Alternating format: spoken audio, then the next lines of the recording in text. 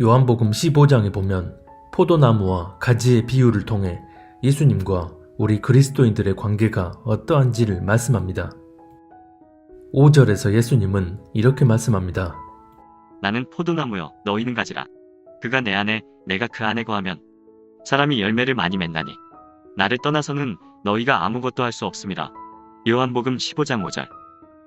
예수님이 포도나무이고 우리는 가지인데 포도나무에 가지로서 붙어있게 되면 열매를 많이 맺게 된다고 말씀합니다.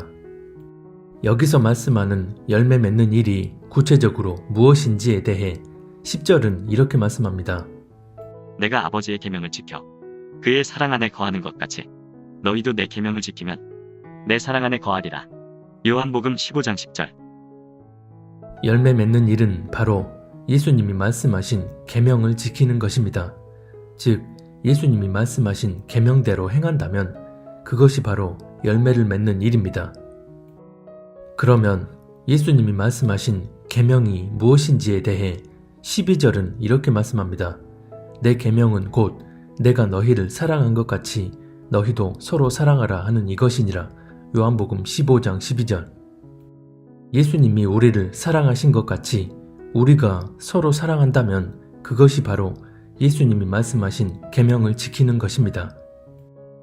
여기서 예수님이 말씀하신 사랑의 정의가 무엇인지에 대해 13절은 또 이렇게 말씀합니다. 사람이 친구를 위하여 자기 목숨을 버리면 이보다 더 큰 사랑이 없나니. 요한복음 15장 13절. 예수님이 말씀하신 사랑이란 자기 목숨을 버려서라도 다른 사람을 살리는 것입니다. 즉 사람을 살리는 일이 바로 사랑하는 일이라는 것입니다. 그러면 여기서 사람을 살리는 것은 구체적으로 무엇을 의미하는 걸까요? 18절과 19절은 이렇게 말씀합니다. 세상이 너희를 미워하면 너희보다 먼저 나를 미워한 줄을 알라. 너희가 세상에 속하였으면 세상이 자기의 것을 사랑할 것이나 너희는 세상에 속한 자가 아니여 도리어 내가 너희를 세상에서 택하였기 때문에 세상이 너희를 미워하느니라. 요한복음 15장 18, 19절. 여기서 보면 세상이 우리 그리스도인들을 미워한다고 말씀합니다. 그러면 세상이 우리를 미워하는 근본적인 이유가 뭘까요? 믿지 않는 세상에서도 불의 이웃들을 돕기 위해 자선 행사를 하기도 하고 몸이 불편한 장애인들을 위한 복지시설도 많이 있습니다. 중독으로 힘들어하는 이들을 위한 상담 전화도 24시간 열려있고 누군가가 힘들어하면 다독여주거나 따뜻한 위로의 말을 건네며 사랑을 북돋워주기도 합니다. 길거리에서 누군가가 어려움을 겪고 있으면 길 가던 사람들이 서로 나서서 돕기도 합니다. 사랑하는 일, 즉 사람을 살리는 일의 기준이 이런 보여지는 차원에 국한된 거라면 믿지 않는 세상에서도 사랑이 느껴지는 일들을 많이 하고 있기 때문에 우리를 딱히 미워할 이유가 없습니다. 하지만 근본적인 차이는 이런 보여지는 차원에 있지 않습니다. 세상은 진리 되신 예수님을 믿지 않습니다. 예수님을 믿지 않으므로 예수님에게서 오는 진리의 말씀을 알지 못합니다. 이것이 가장 근본적인 차이입니다. 표면적으로는 세상에서도 사랑을 말하고 평화를 말하고 정의를 말하고 인권을 말하고 화해와 연합을 말합니다. 하지만 세상이 말하는 이런 가치들이 비슷해 보이나 진리가 아닌 이유는 그 기준이 철저히 사람에게 있기 때문입니다. 그러나 진리 되신 예수님을 진정으로 믿는다면 사람이 아닌 살아계신 하나님이 절대 기준이 됩니다. 요한복음 20장 31절에 보면 성경을 기록한 목적에 대해 이렇게 말씀합니다. 오직 이것을 기록함은 너희로 예수께서 하나님의 아들 그리스도이심을 믿게 하려 하며 또 너희로 믿고 그 이름을 힘입어 생명을 얻게 하려 함이니라. 여기서 생명을 얻게 한다는 의미는 육의 생명이 아닌 영의 생명을 의미합니다. 그렇기 때문에 예수님이 말씀하신 가장 중요한 계명, 즉 서로 사랑하라는 말씀의 진짜 의미는 구주 되신 예수 그리스도를 믿음으로 그 믿음 안에서 사람의 본질적 생명인 영이 살 수 있도록 서로 돕고 섬기라는 의미입니다. 그래서 육적인 어려움이 있을 때 서로 위로하고 도와주고 섬기는 일들은 포함될 수 있는 부분이지만 이 자체가 진짜 생명인 영이 살도록 하기 위해 서로 사랑하는 일, 즉 사람을 살리는 일의 본질은 아닙니다. 사람을 사랑하는 가장 본질적인 일은 바로 진리 되신 예수 그리스도를 전하는 일, 즉 복음을 전하는 일입니다. 이 복음을 전하는 일에는 크게 두 가지가 있습니다. 첫 번째는 믿지 않는 불신자들에게 진리 되신 예수 그리스도를 전하는 일입니다. 티켓이 없어 입장 자체가 불가능한 이들에게 티켓을 부여받고 좁은 문을 통과하도록 돕는 것입니다. 두 번째는 믿는다고 하지만 여전히 죄 가운데 머물며 좁은 길로 나아가지 못하는 이들에게 진리의 말씀을 선포하는 일입니다. 성경이 말씀하는 본질적인 죄는 단편적인 차원에 국한된 것이 아니라 하나님의 뜻을 따르지 않는 모든 행위를 죄로 간주합니다. 그래서 입장할 수 있는 티켓을 받고 좁은 문을 통과했지만 헤매이며 엉뚱한 길로 가려는 이들에게 바른 길로 나아가도록 제시해 주는 것입니다. 구원이란 종착지에 이르러 입성해야만 완성이 되는 것입니다. 그래서 요한복음 15장 2절에 보면 내게 붙어 있으면서도 열매 맺지 못하는 가지는 아버지께서 그 가지를 찍어 버리신다고 말씀합니다. 그런데 문제는 시대적으로 마지막이 가까우면 가까울수록 사람을 살리는 이 두 가지의 일을 해나가는 게 더 힘들어진다는 것입니다. 왜 그럴까요? 마지막이 가까울수록 세상은 더더욱 사람이 기준되는 가치만을 추구하기 때문에 하나님이 기준되는 절대 진리의 가치는 세상의 인본적 가치와 충돌하게 되고 그래서 세상은 우리를 더욱 미워하게 됩니다. 그래서 예수 그리스도를 전하는 것 자체가 제도적으로 불법이 되는가 하면 사람들의 마음 안에 인본적 기준이 완강하게 뿌리 내려져 있기 때문에 진리 되신 예수 그리스도를 받아들이지 않습니다. 더 큰 문제는 교회 안에 믿는다고 하면서도 세상의 가치 기준과 혼합된 변질된 가치를 자기 마음에 뿌리 내린 이들이 너무나 많아서 결국 진리를 거스르는 길로 나아가 버립니다. 이런 경우는 표면상 기독교인이라 칭하지만 본질적으로는 세상 사람들과 다를 바 없습니다. 그래서 요한복음 15장 19절 초반에 너희가 세상에 속하였으면 세상이 자기의 것을 사랑할 것이라는 말씀처럼 하나님이 기준되는 절대 진리가 아닌 세상으로부터 오는 인본적 가치를 사랑하게 됩니다. 믿는다는 많은 그리스도인들이 세상의 가치 기준에 오염돼 버린 경우가 많기 때문에 인권이니 사랑이니 차별금지니 하는 허울 좋은 껍데기를 두른 동성애나 페미니즘 같은 반성경적 사상을 지지하고 찬성하는 일들이 아무렇지 않게 일어납니다. 이렇게 되면 절대 진리를 사수하는 이들이 이런 것들을 죄라고 말했을 때 이들을 손가락질하고 비난하는 세상 사람들과 궤를 같이하여 극단적이고 사랑 없는 이들이라며 세상 사람들과 같이 손가락질합니다. 믿는다고 하지만 세상의 가치 기준에 동화돼 버린 이들의 특징은 위로하고 다독여주고 기분 나쁘지 않도록 마음 상하지 않도록 해주는 게 사랑으로 행하는 일이라고 생각합니다. 즉 표면적인 부분에 기준을 둡니다. 하지만 예수님이 말씀하신 서로 사랑하라는 말씀의 본질은 그 사람의 감정이 상하지 않도록 인간적인 배려를 해야 한다는 게 아니라 그 사람의 본질인 영이 살도록 바른 길로 인도해야 한다는 것입니다. 인간적인 감정을 앞세우는 게 아니라 그가 정말 하나님 앞에 바로 서길 바라는 마음을 가지고 있다면 그 사람이 죄 가운데 매여 있는 상태에서 부드러운 말로 해선 듣지 않았을 때 강한 책망을 해서라도 그가 정신을 차리고 그 죄에서 벗어날 수 있도록 해주는 것이 진리에 합당한 태도인 것입니다. 얼마 전에 부모가 자녀의 체벌을 전면 금지하는 법안이 국무회의를 통과했다는 기사를 보았습니다. 표면적으로만 보면 이게 무슨 문제냐고 할 수도 있습니다. 하지만 자녀를 옳은 길로 인도하기 위해 때로는 회초리를 드는 것이 성경이 증거하는 바른 훈육임에도 감정적으로 자녀를 학대하고 폭력을 행하는 일부의 잘못된 행태를 명분으로 부모가 자녀에게 체벌하는 것 자체를 법으로 금지시켜 버리는 지경에 이르렀습니다. 세상의 판단 기준은 철저히 보여지는 표면적인 행동 가치에 그 기반을 둡니다. 그래서 그 행위가 어떤 본질적 의미를 내포하고 있는지를 심도 있게 조명하고 분별하려 하기보다 그저 표면적으로 좋게 보이냐 아니냐만을 따집니다. 이런 인본적 관점의 판단 기준이 성경의 진리를 거스르는 지름길이 되는데 안타깝게도 많은 교회와 그리스도인들이 이런 세상의 판단 기준에 그대로 동화되어 그 흐름을 쫓아갑니다.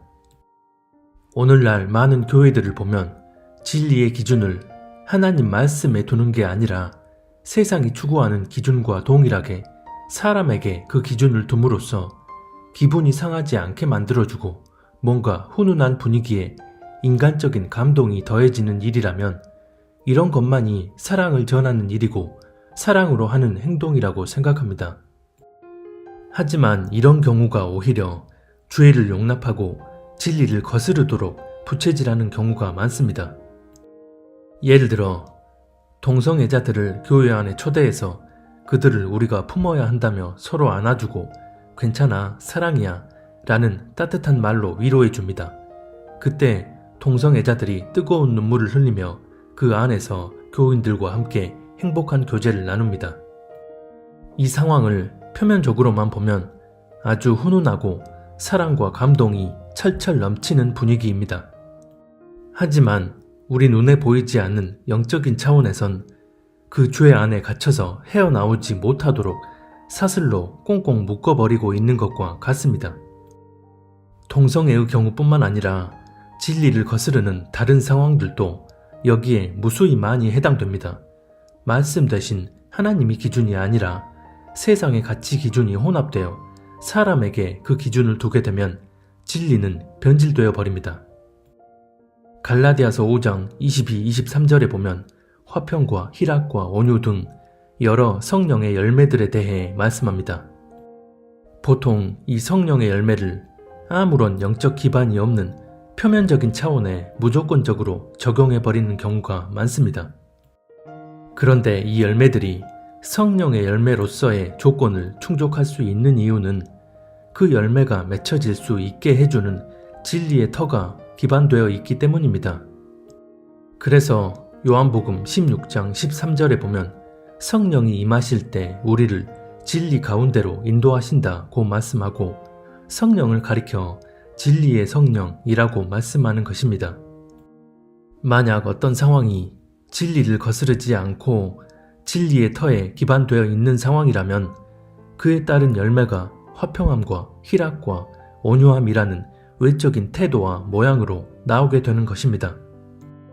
진리를 거스르지 않는 상황이라면 부드럽고 온유한 태도로 사람을 대하며 다른 사람을 따뜻하게 위로해 주는 일이 성령의 열매로서 나타나는 현상이라고 할 수 있습니다. 그래서 로마서 15장 2절 말씀처럼 하나님의 뜻인 선을 이루기 위해 이웃을 기쁘게 함으로써 성령의 열매를 맺게 되는 것입니다. 허나 그게 아니고 앞서 예로 든 것처럼 본질적으로는 진리를 거스르는 상황임에도 온유와 희락이 넘치고 화평한 분위기를 연출하려는 외적인 모양에만 집중하는 것은 성령의 열매와 아무런 상관이 없는 것입니다. 오늘날 많은 그리스도인들은 영적인 본질은 제껴버린 채 성령의 열매라는 표면적인 것들만을 붙들고서 무조건 부드러운 모양으로 환하게 웃고 싹싹한 태도를 보여서 화기애애한 분위기가 연출되고 뭔가 하나로 연합되는 일이 일어나는 것 같으면 그런 것을 본질로 착각하며 실상은 진리를 거스르는 길로 나아가 버립니다. 사도행전 5장에 보면 아나니아와 삽비라의 이야기가 나옵니다. 당시 사도들이 전하는 복음을 듣고 은혜를 받은 많은 무리들이 자신들의 소유를 판 돈을 사도들의 발 앞에 두었는데 아나니아와 삽비라 역시 마찬가지로 자발적으로 자신들의 소유를 팝니다. 그런데 그때 그 마음에 욕심이 들어와 판값에 얼마를 속여서 그 앞에 내놓자 베드로가 그걸 강하게 책망합니다. 그 책망의 말을 들은 아나니아와 삽비라는 그 자리에서 혼이 떠나 바로 사망합니다. 그리고 그 얘기를 들은 무리들이 다 두려워했다고 말씀합니다. 그 얘기를 건너서 들은 사람들 뿐만 아니라 그 자리에서 그 광경을 지켜본 이들 역시 심히 두려워 떨었을 것입니다. 그런데 이 상황을 사람의 기준과 관점으로 본다면 과연 성령 안에 거듭난 사람들 사이에서 일어나는 바람직한 상황이라고 볼 수 있을까요? 사람의 기준에서 보면 잠깐의 욕심 때문에 땅값 얼마를 속인 걸 가지고 베드로가 그 사람들을 심하게 책망한 것처럼 보일 것이고, 심지어 그로 인해 충격받아 사망한 거라면 오히려 베드로가 사랑 없는 행동을 해서 사람을 죽인 것처럼 여길 수도 있습니다. 사람의 기준에서는 설사 그들이 얼마를 감추었다고 해도 괜찮아, 그럴 수도 있지 라며 별거 아닌 것처럼 용납하고 다독이며 온유하고 화평한 분위기를 이루는 것이 맞다고 여길 것입니다. 하지만 성경이 말씀하는 뉘앙스는 전혀 다릅니다. 이들의 행위는 이미 그 자체로 진리를 완전히 거스르는 행동이었기에 베드로는 진리의 기준으로 그들을 책망했고, 그로 인해 벌어진 상황 때문에 사람들이 두려운 마음이 들었을지라도 본질적으로는 죄로 인한 하나님의 공의가 어떤 결과를 가져오는지에 대해 분명한 자각을 하게 되었던 것입니다. 또 사도행전 8장에 보면 시몬이라는 마술사 이야기가 나옵니다. 시몬이란 마술사가 사도들이 전하는 복음을 믿고 세례를 받게 되었는데, 어느 날 베드로가 사람들에게 안수하여 성령을 받게 하는 모습을 보고 돈을 줄 테니 자신에게도 그런 권능을 달라고 간청합니다. 그러자 베드로는 시몬에게 이렇게 얘기합니다. 내가 하나님의 선물을 돈 주고 살 줄로 생각하였으니 은과 내가 함께 망할지어다. 너의 이 약함을 회개하고 주께 기도하라. 혹 마음에 품은 것을 사하여 주시리라. 너는 악독이 가득하며 불의에 매인 바 되었도다. 사도행전 8장 22-23절. 사람 기준으로 본다면 시몬이 악한 행동을 직접 저지른 게 아니라 그런 말만 슬쩍 던졌을 뿐입니다. 허나 시몬이 품은 그 생각 자체로 이미 하나님의 뜻을 거스르는 악한 행동이었기에 감정이 상하지 않도록 배려해서 말을 빙빙 돌려서 한 게 아니라 아주 강력한 진리의 책망을 그대로 선포함으로써 그나마 그 마음이 회개할 수 있는 여지가 들도록 이끈 것입니다. 즉 베드로의 이 행동이 본질적으로는 시몬이란 사람이 하나님 앞에 살 수 있도록 이끌어준 행동인 것입니다. 그런데 이런 상황이 성경에 기록되었으니 그냥 그런가 보다 하고 넘기는 경우가 많지만, 실제로 이와 비슷한 상황들이 교회 안에서 또 그리스도인들에게 비일비재하게 일어나고 있음에도 하나님의 말씀을 기준 삼는 게 아니라 사람에게 그 절대 기준을 두고 있기 때문에 죄가 좀 허용되더라도 그 죄에 대해 얘기를 꺼냄으로써 냉랭하고 무거운 분위기를 만드는 것보다 웃으면서 나이스한 태도를 보이고 화평한 상황을 유지하는 것이 무조건 옳다 여깁니다.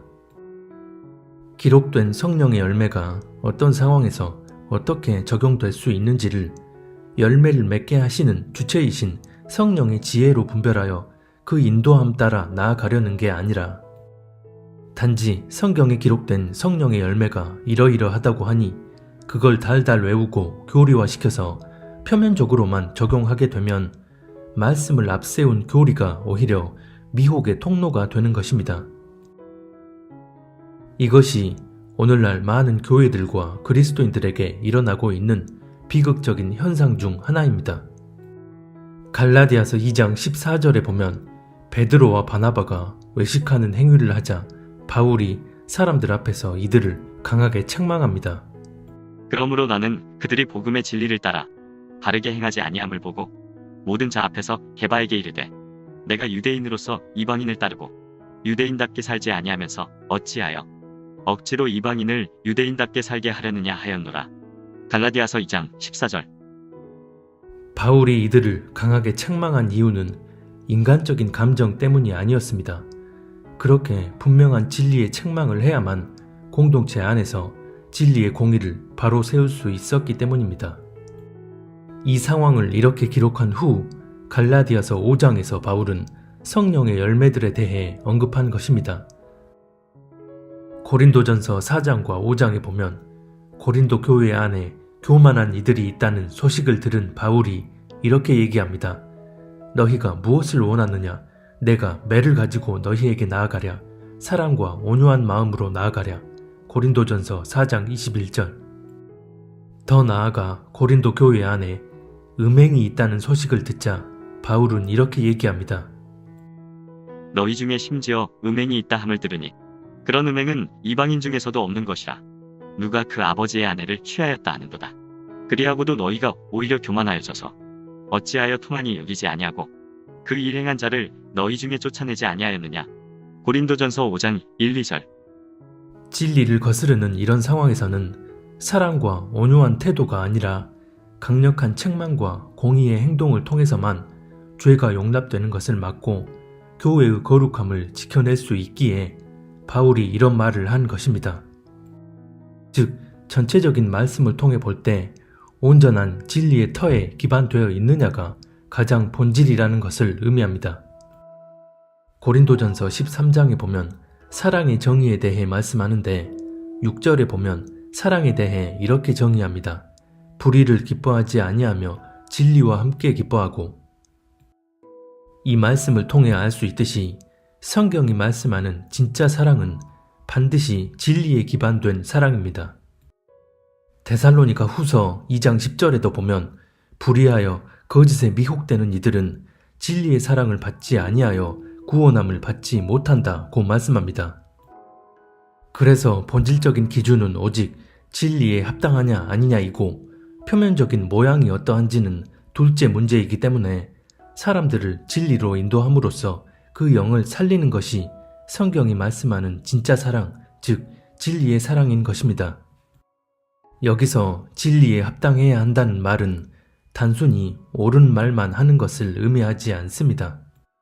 예를 들어 예수님을 믿지 않는 친구에게 예수님을 믿어야 구원받을 수 있는데 너 그렇게 살면 지옥 갈 거야 키읔키읔 라고 합니다.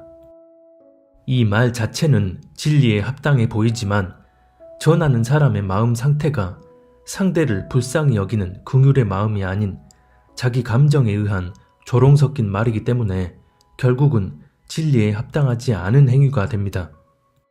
메시지 자체가 성경적 진리여야 하는 것은 물론이고 그 마음도 하나님 보시기에 합당한 마음이어야 결국은 그 행동이 진리에 합당한 행동이 되는 것입니다. 여기서 사람이 옳다 여기는 태도의 기준과 하나님이 옳다 여기시는 중심의 기준이 어떤 차이가 있는지를 분별할 수 있어야 합니다. 여기 A라는 사람과 B라는 사람이 있습니다. A라는 사람은 무뚝뚝한 표정과 말투로 살아계신 하나님께 초점을 둔 진리를 있는 그대로 전합니다. 표정이나 말투와 상관없이 A의 마음은 한 사람이라도 하나님 앞에 살 수 있기를 바라는 마음입니다. 하지만 그 메시지를 받아들이는 사람들은 자신의 마음 상태에 따라 자기 기준대로 받아들이기 때문에 사랑 없어 보이는 표정과 무뚝뚝한 말투, 사랑 없어 보이는 직설적인 메시지가 자기 마음을 불편하게 만들기 때문에 A가 하나님의 사람으로 보이지 않습니다. 반면 B라는 사람은 서글서글한 표정과 밝은 목소리, 아주 상냥한 태도로 메시지를 전하는데 그 메시지는 사람에게 모든 초점이 맞춰져 있습니다. 그래서 사람의 마음을 위로하고 꿈과 희망을 주고 귀를 즐겁게 해주는 인본적인 내용들이 전부입니다. 대부분의 사람들은 사랑이 넘쳐 보이는 외적인 모습과 사랑이 넘쳐 보이는 따뜻한 메시지가 내 마음에 큰 감동을 주기 때문에 B를 하나님의 사람으로 믿어 의심치 않습니다. 극단적인 비교 같지만 이것이 오늘날 그리스도인들의 적나라한 영적 현실입니다. 그래서 많은 목회자들은 교인들이 혹여나 상처받거나 기분이 상하지 않을까, 또 진리를 있는 그대로 선포하면 혹시나 두려움을 갖진 않을까 염려하여 교인들이 상처받지 않게 배려해야 한다는 명목으로 진리를 사람 기준에 맞게 변질시켜서 결국 왜곡된 진리를 전합니다. 사람의 기분과 감정을 맞춰주고 인간적으로 배려하기 위해 정작 그들의 진짜 생명을 죽이는 일을 하고 있는 것입니다. 교인들 역시 진리냐 아니냐가 기준되는 게 아니라 내 감정이나 느낌이 어떠하냐를 기준 삼아 혹 두려운 마음이 들거나 마음이 불편한 메시지라면 거부해버리고 자기 마음에 평안을 주는 것들만을 선별해서 받아들이려 합니다. 이것이 마지막 때 진리의 믿음에서 멀어지는 대표적인 현상 중 하나입니다. 외적으로 드러나는 분위기와 그 모양이 어떠하냐에 초점을 맞추다 보니 정작 우리 눈에 보이지 않는 가장 본질적 차원인 진리의 사랑을 저버리는 것입니다. 요한 1서 4장 16절에 보면 하나님이 우리를 사랑하시는 사랑을 우리가 알고 믿었노니 하나님은 사랑이시라. 사랑 안에 거하는 자는 하나님 안에 거하고 하나님도 그의 안에 거하시느니라 고 말씀합니다. 하나님은 우리를 사랑하셔서 우리의 생명을 살리기 위해 친히 사람의 몸을 입고 이 땅에 오셔서 자신의 목숨을 내던지셨습니다.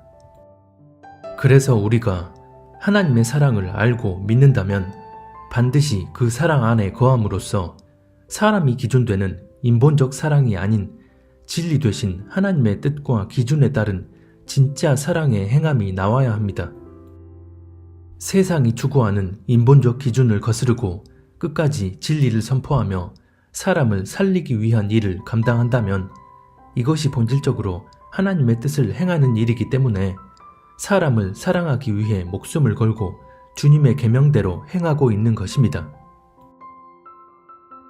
마지막 때가 되면 너희가 예수님의 이름 때문에 세상에서 미움받고 환난에 넘겨질 거라 말씀합니다. 여기서 세상으로부터 미움받는다는 의미는 기독교인이란 타이틀만 붙이고 있다면 받는 미움을 의미하는 게 아니라 끝까지 진리를 붙들고 그 계명대로 나아가는 소수의 사람들이 바로 예수님의 이름으로 미움받는다는 의미입니다. 이런 상황이 마지막 때인 지금 일어나고 있는 또 다른 현상입니다. 가지가 포도나무에 붙어 있으면서도 열매 맺지 못하면 아버지께서 그 가지를 제거해 버리신다고 예수님은 말씀하셨습니다. 그래서 현실에 안주하여 이도 저도 아닌 삶을 사는 게 아니라 나를 향한 하나님의 뜻을 헤아리고 그 뜻대로 살기 위해 주님 앞에 나아가 그 은혜를 구하시기 바랍니다. 만약 사랑 없어 보이는 내 모습이 육적인 차원의 내 기준에 의한 것이라면 본인의 그 인본적 기준을 버리고 하나님께만 그 기준을 맞추시기 바랍니다. 그래서 예수님이 말씀하신 사랑하라는 계명에 따라 내가 해야 할 일이 무엇일까를 성령 안에서 바르게 깨닫고 그 뜻대로 나아갈 수 있기를 바랍니다. 삶의 모든 기준점을 하나님께 맞추고 말씀하신 계명대로 살기 위해 주님과 동행하는 이들이 다시 오실 주님을 맞이할 주님의 신부들입니다.